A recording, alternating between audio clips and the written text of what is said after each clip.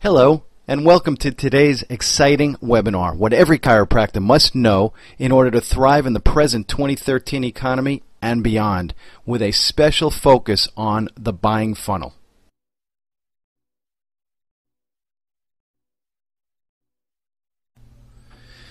This program has been researched and produced as a service to our great profession by Inselman Coaching. You know, every day I speak to chiropractors across the entire United States and Canada, and I have to tell you that many of our brother and sister chiropractors are really hurting in this economy. We're at a crossroads with our profession, and I truly believe that by helping one chiropractor, one office at a time, we will begin to rebuild our great profession. The areas covered in today's webinar will be some disturbing trends that have been uncovered in our great profession. 12 challenges that every chiropractor must overcome in order to survive. But more importantly, I'm not interested in you just surviving. We're going to talk about critical steps that every chiropractor needs in order to thrive in the current environment. We're also going to spend a special focus today on the buying funnel. Everybody, you and me and every one of our patients, buy goods and services through the buying funnel. We're also going to talk about 6 additional challenges, and finally, how you can get some help. Let's go over some statistics and trends. According to Chiropractic Economics, the May 22nd of 2012 edition, in 2008, the average chiropractic salary was $111,263. That has dropped in 2012 to $82,500, or a 28% decrease from last year. The hours worked, according to the same study, in 2008, chiropractors worked 31 hours per week, and we crept up until we've reached a pinnacle in 2010 of 33.3 hours, and then we crept back down, and in 2012 we're working on average 31.6 hours per week. Patient visits per week, according to the same study, in 2008 chiropractors were seeing 120 visits per week. In 2011 we went up to 122.5 visits per week, and then in 2012 we fell off of a proverbial cliff, and we're now seeing 106.5 visits per week. The same study, PVA, in 2008 our PVA was 33.7 visits. In 2011 we saw a whopping 60.2 visits as our PVA, and in 2012 we fell off a proverbial cliff again, where we're seeing 21.4 visits on average as our PVA. So let's go over some analysis. Chiropractors are working longer hours. Chiropractors are seeing fewer new patients. Chiropractors' PVAs are worsening. Chiropractors are earning a whole lot less money. And the bottom line, our chiropractors are working harder. We are not working smarter. So what do the experts say? Well, the same study from Chiropractic Economics talked about, because of these headwinds, it's important that all healthcare providers, not just chiropractors, understand the business side of running and maintaining a practice. As we've stated before, DCs did not go to school to learn how to run a business. They went to school to get sick patients well. On January 5th of 2012, CNN wrote an article entitled, "Doctors Are Going Broke." And they were quoted as saying most doctors in private practice experience a 10 to 15% profit leak, which can lead to significant losses in your bank account. So why is this happening? It's scary to think that 1 out of 2 Americans, that's 1 out of 2 people that are sitting in your waiting room right now, are very uncomfortable with the amount of their household debt. This is a problem because this national debt is of epidemic proportions. If we then factor in high gas prices, we haven't even seen the iceberg yet. We're just seeing the tip of the iceberg. And what I mean by that is we really haven't seen inflation yet. You know, it costs so much more money to truck a carrot that is grown in California to New York. And what ends up happening is because of these high gas prices, eventually we're going to have major inflation. You can see it now when you walk into the supermarket. Eggs, cheese, beef, poultry, they're all higher in price. So if you now couple that with a very bad housing market, and then couple that with where we've been over the last couple of years with extremely high unemployment, what it does is it decimates the middle class, and it makes them and puts them into the lower class, while it puts the lower class into the poverty level. Now what's happening is a majority of Americans now say that they are worried about making their mortgage or their rent payments. And then, of course, we have government regulation. I don't know if you heard what happened here in the state of Florida, but we went from a $10,000 PIP cap with no referral needed to a $2,500 PIP cap with a referral needed to go to a chiropractor.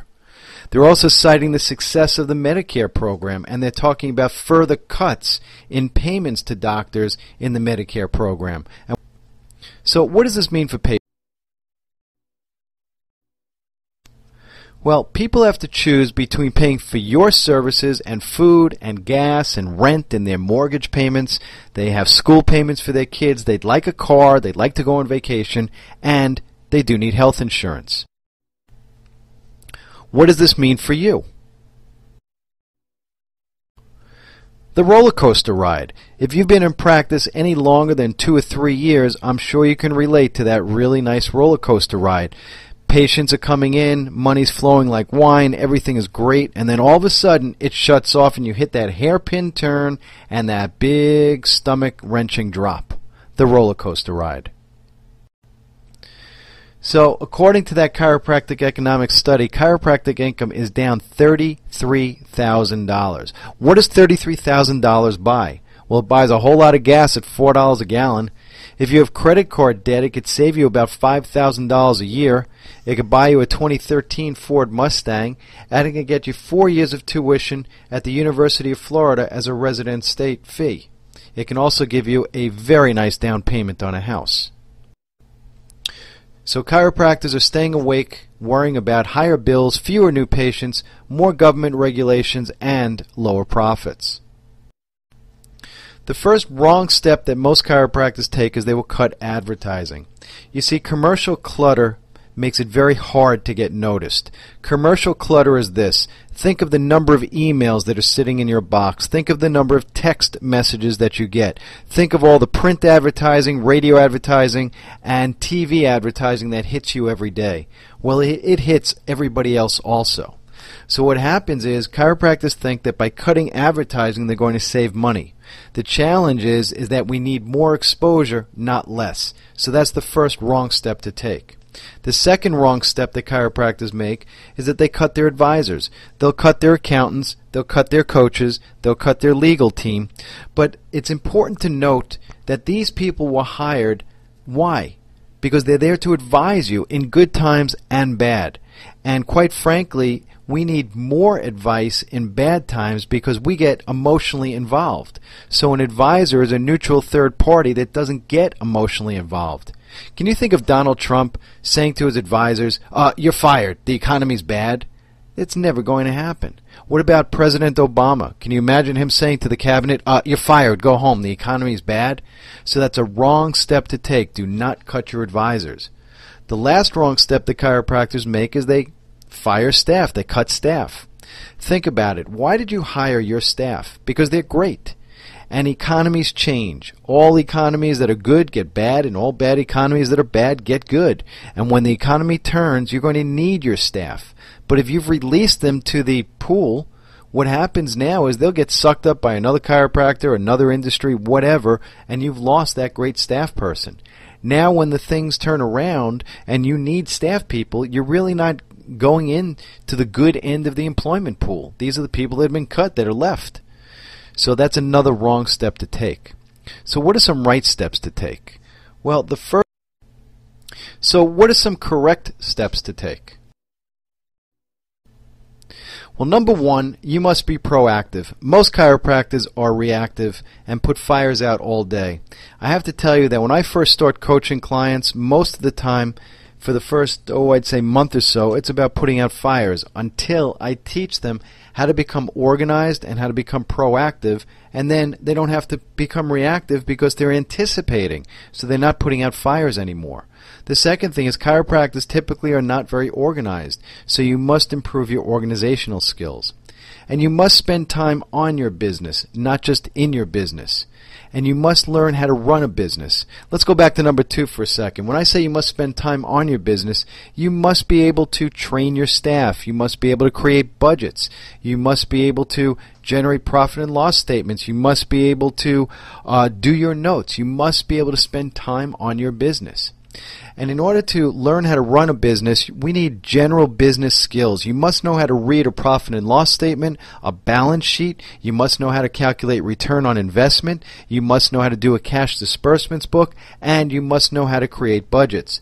If you don't know those basic business-oriented things, then I recommend that you get a book, go back to school, whatever you need to do. We're also positioning our clients in a defensive posture and an offensive posture as we go forward. I know it sounds like an oxymoron, but let me explain.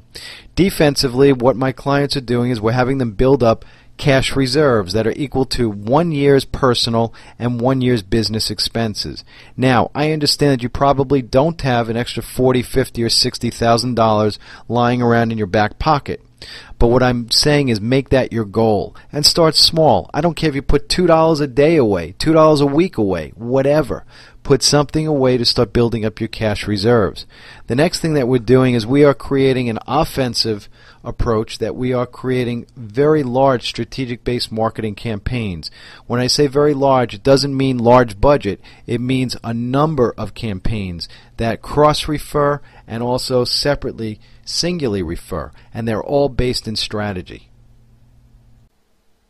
That brings us to the focus of today's webinar, the buying funnel. I'm very excited that you tapped into today's webinar because once you learn and understand how the buying funnel is affected by the economy, it will forever change your marketing efforts. You see, everybody buys through the buying funnel. It doesn't matter if you're buying chiropractic care, a widget, or a brand new car. Everybody shops and uses the buying funnel. The key to the buying funnel is to know and understand how it works. So let's get into it. It's important for you to understand that 33% of people that come into your buying funnel will buy from you, just not today. This is a very important point because once you see how this buying funnel works, it's not in the efforts that you do today. In other words, the screening that you do today or the healthcare class that you do today is not designed in this economy to pull new patients tomorrow. What it's designed to do is to get them into your buying funnel with the understanding that 33% of them will buy from you, just not today. So the first part of the buying funnel starts with awareness. You create awareness by either internal marketing or external marketing. Internal marketing are things like patient appreciation dinners, patient appreciation days, events that occur inside your office. External marketing are things like a newspaper ad, radio, TV, a billboard, things, screening, things where you're going to the external or outside world. So the way it works is during the awareness phase, you want to do whatever it is that you do to attract people. Let's use a screening as an example. So you set up your booth, and that's an external marketing event, and now what happens is somebody comes over to your booth, they have an awareness about you. Now during the interest phase, what you want to do is you want to capture their information. You want to get their name, you want to get an email address, you want to get a cell phone number, and a physical address if able. And what you want to do here is you want to find out what their problem is. Why do they bother coming over to your booth? Now they're going to want to learn about you. This is the time that you do your screening, whatever you're doing. If you're doing a SAM unit, if you're doing posture analysis, a subluxation station, whatever. At this point in time, what you want to do is you want to teach that person what it is that you do and how you can solve their problem. The thing now with the buying funnel is you have to understand that the buying funnel changes based on the economy. So what I want you to envision for a moment is if the line that separates the shop section from the buy section, if that line was moved down way into the tip or the point of this funnel. What that would do is it would make the shop section very, very large and the buy section very, very small. This is what the buying funnel looks like in a poor economy. What happens is people are going to shop, and they're going to shop, and they're going to shop, and they're going to buy very, very minusculely. In other words, the buy section is very, very small. In economic times, in good economic times, that process is reversed. So what happens is envision the line between the shop section and the buy section rising. So now the shop section becomes very, very small, and the buy section becomes huge. This would be reflective of, let's say, the early 90s when you could buy AOL stock at 45 and sell it the next day at 85. Or you could stick a stake in the ground, offer your real estate for sale for $100,000, the next day get an offer for $120,000. When money's flowing like wine, what happens are people spend because they know that they can make it up tomorrow. But in a poor economy, like as is reflective of today, the shop section is huge and the buy section is very small. So let's reflect back to a screening. If you did a spinal screening, let's say back in the 90s or even 3-4 years ago, what happens now is they come to you, they have an awareness, you create some interest, they learn about you, and then you give them an offer. Hey, if you schedule for a consultation next week, you get a discount. Then they'll say, great, I'll be in on Tuesday. Then Tuesday would come and you would have a bunch of new patients. That's the way it used to work. Now the buying funnel is different. Now when you say to them, hey, why don't you come in next week and we'll give you a discount, they'll say, okay, I'll be in on Tuesday. And Tuesday comes, but what happens is they don't show. So what you do is you call them and you say, hey, I met you at the screening on Saturday. You said that you're going to be in on Tuesday. Let me schedule you. And they'll say, let me think about it. And you'll say, well, it's a really great offer and we only give this discount for this week. You really need to get in now, otherwise you lose that discount. And they say, yeah, I understand. Let me think about it. I'll get back to you. So now what happens is you hang up the phone dejected, and then I get the call. Spinal screenings stink, healthcare classes stink, newsletters stink, whatever it is that you did that didn't yield the patient right there, right then, stinks. And I have to tell you that the methodologies don't stink, the economy stinks. But when you understand how the buying funnel works, you now understand that 33% of people that came into that buying funnel will buy from you, just not today. So the real marketing becomes in the follow-up. That's where you capture your clientele, in the follow-up. So on the slide that's in front of you, we're in the learn stages. During the learn stage, you want to keep TOMA, top of mind awareness. And you want to educate people until they buy, die, or they tell you to die. And the way you educate them, or why you educate them, is to become the expert in their eyes. And the whole idea behind this is, as they're shopping, again, you want to sell, but you know what? Cross out the word sell, not a good word. And I want you to replace the word sell with educate. You want to educate people until they buy, die, or tell you to die. And the reason why you want to educate them is, again, you want to position yourself so you become the expert in their eyes. So now what happens is when they fall off of a ladder, or if they get into an accident, God forbid, you want your name to be there, that you're the expert and you're the one that they're going to contact. That's how the buying funnel works. Now in the last part, they're going to buy from you. It's at this point in time that you want to thank them for buying your service, and you want to blow them away with your service. In other words, always, always, always give more than you get. Very, very important to create tremendous value for your patients and always give more than you get. Now that you're understanding the buying funnel, think about your present marketing efforts. And the whole idea is to add strategy behind them, and then to have tremendous follow-up.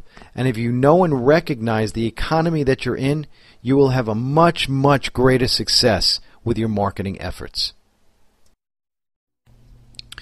It's very important that chiropractors practice the 3 P's in order to run a successful practice.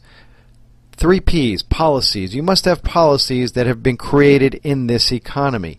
Very, very important. Example, we used to have a policy a couple of years back that we would allow a patient to carry a balance no higher than $300. Well, with patients being literally one paycheck away from being unemployed, we had to change that policy, and now our policy is you can no longer carry a balance higher than $150.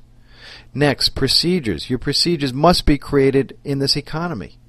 You know, I evaluated one of my clients' paperwork, and his paperwork was fine. It was an old Parker document from the late 70s. The problem is that there was no place to capture a cell phone number or an email address because those technologies did not exist back in the late 70s.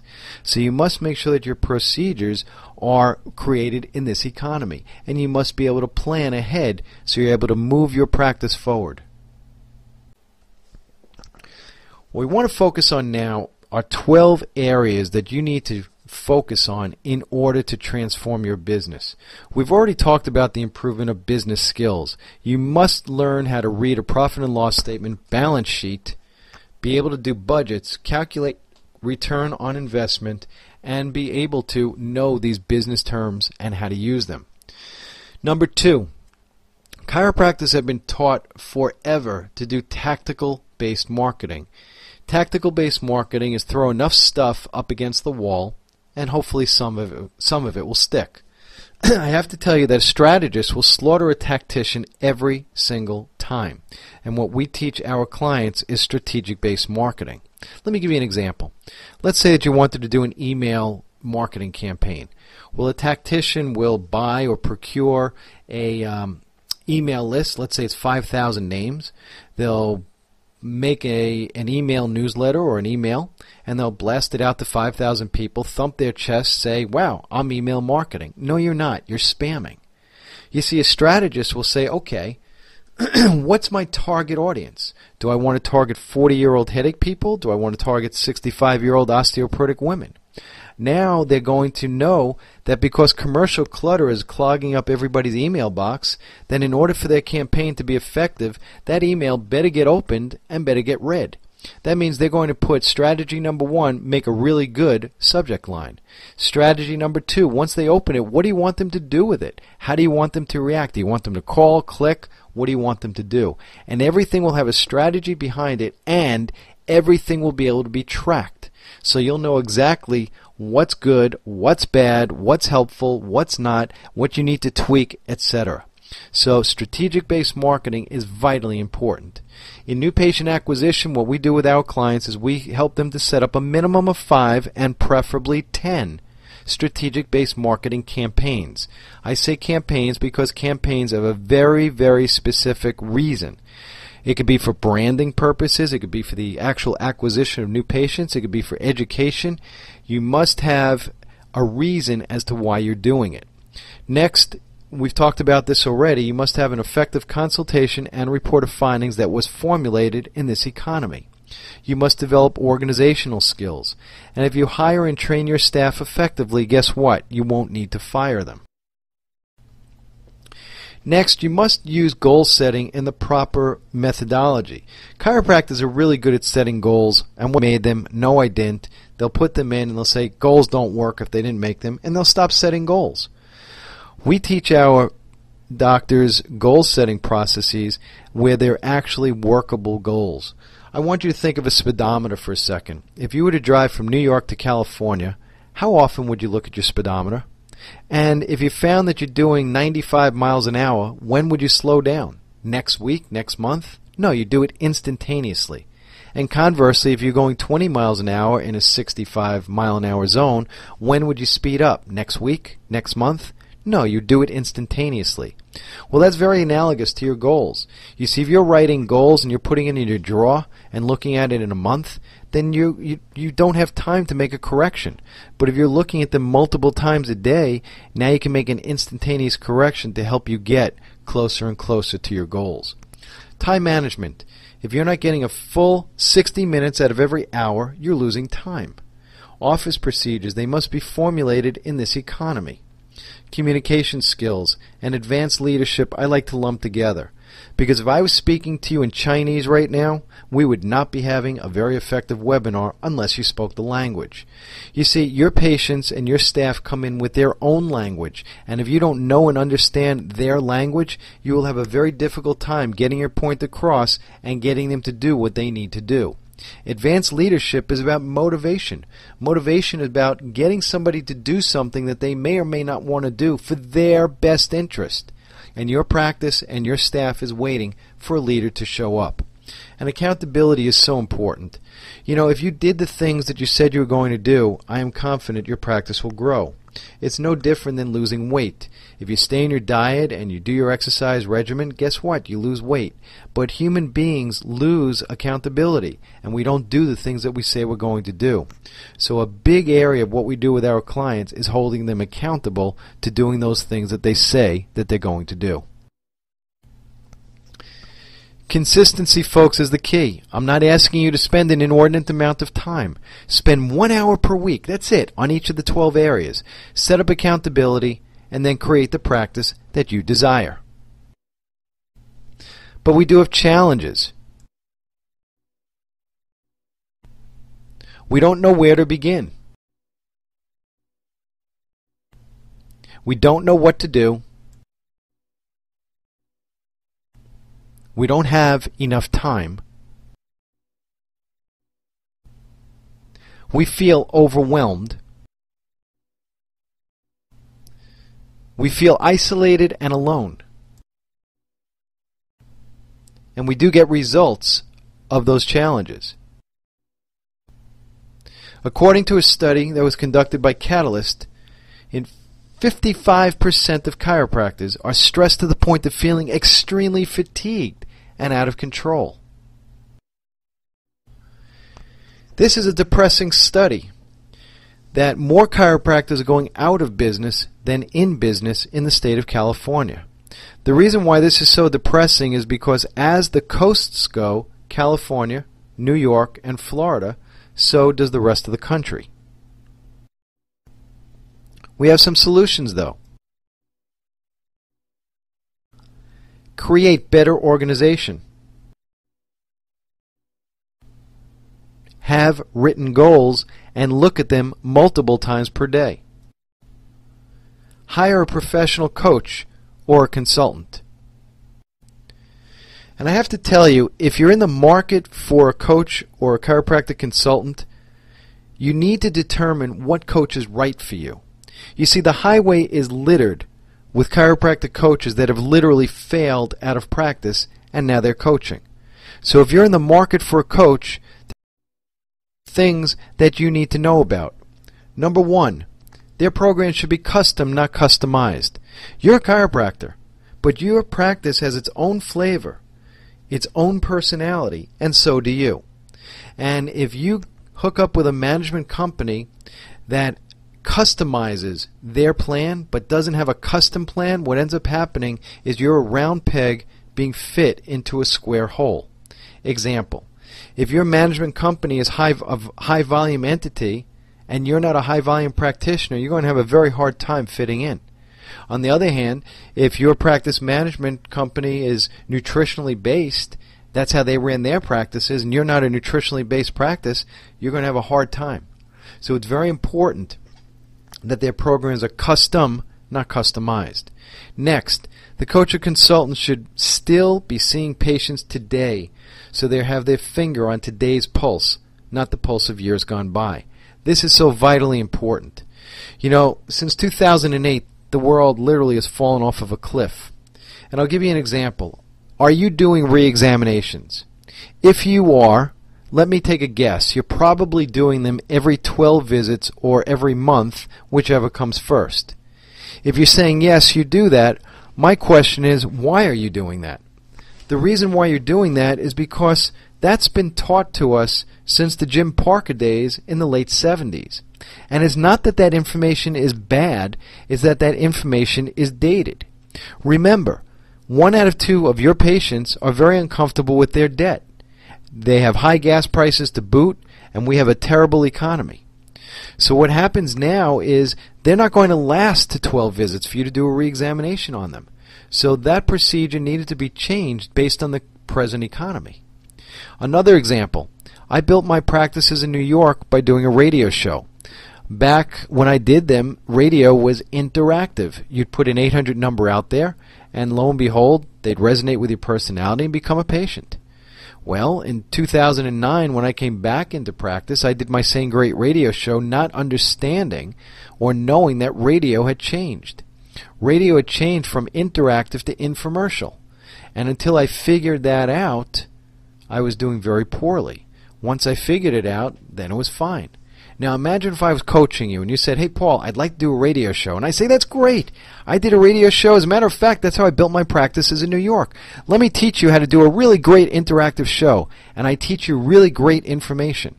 But it's not germane to today's economy or procedure. You will fall flat on your face too. So the thing that you need to understand is that most coaches or consultants literally have not seen a patient in 25 years.